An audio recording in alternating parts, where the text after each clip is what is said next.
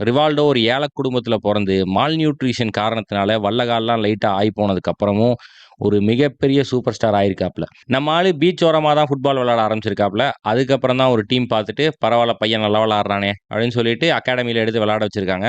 நம்ம ஆளு தினமும் கிட்டத்தட்ட 10 கிலோமீட்டர் நடந்து போயிட்டு வருவாராம். ஃபைனலி 19 வயசுல ஃபர்ஸ்ட் டீம் பிளேயரா 2ண்ட் டிவிஷன் டீமுக்கு விளையாண்டாப்ல. கொரிந்தியன்ஸ் வந்து லோன்ல வாங்கிட்டு போறாங்க ஃபர்ஸ்ட் டிவிஷன்ல விளையாடுறதுக்கு. அங்க நல்லா விளையாண்டதுனால பால்மேரஸ் வாங்குறாங்க. பால்மேரஸ்ல வந்து அப்ப யார் யார் இருந்தாங்கன்னா, கஃபு, ரொபர்டோ கார்லோஸ்லாம் இருந்தாங்க. அந்த டீம்ல தான் தலைவன் விளையாடுறான். 1996ல டெபோர்டிவோ லா கரூனியான்னு ஒரு லாலிகா டீம்ல போய் சேர்றாப்ல.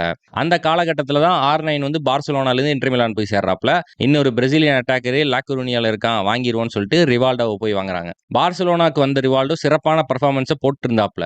1998 வேர்ல்டு கப்ல ஜஸ்ட் மிஸ்ல வேர்ல்டு கப் மிஸ் ஆயிருச்சு. 1999 பேலன் டார ஜெயிக்கிறாப்ல ரிவால்டோ. லூயி வான் கால் வந்து பார்சிலோனா வராப்ல. அப்ப வந்து ரிவால்டோவுக்கும் லூயி வான் காலுக்கும் சின்ன சின்ன பிரச்சனைகள் இருந்த காரணத்தினால ரிவால்டோ நல்லா பெர்ஃபார்ம் பண்ணல. 2002ல போய் ஏசி மிலான்ல சேர்றாப்ல. பார்சிலோனால இருந்து போனதுக்கு அப்புறம் ஒரு 10, 15 டீமுக்கு விளையாண்டுருப்பாப்ல. ரிவால்டோ, ரொனால்டோ, ரொனால்டினியோ அந்த அட்டாக்க வச்சு பிரேசில் 2002ல வேர்ல்டு கப்ப ஜெயிக்கிறாங்க. ஒரு அட்டாக்கருக்கு தேவையான அனைத்து குவாலிட்டிஸுமே ரிவால்டோ கிட்ட இருந்துச்சு. ஒரு நல்ல கிரியேட்டிவ் பிளேயரு, ட்ரிப்ளரு, நல்ல கோல்ஸ ஸ்கோர் பண்ணக்கூடிய ஒரு பிளேயரு, ஒரு அண்டர் ரேட்டடான ஒரு பிரேசிலியன் லெஜெண்ட் ரிவால்டோ.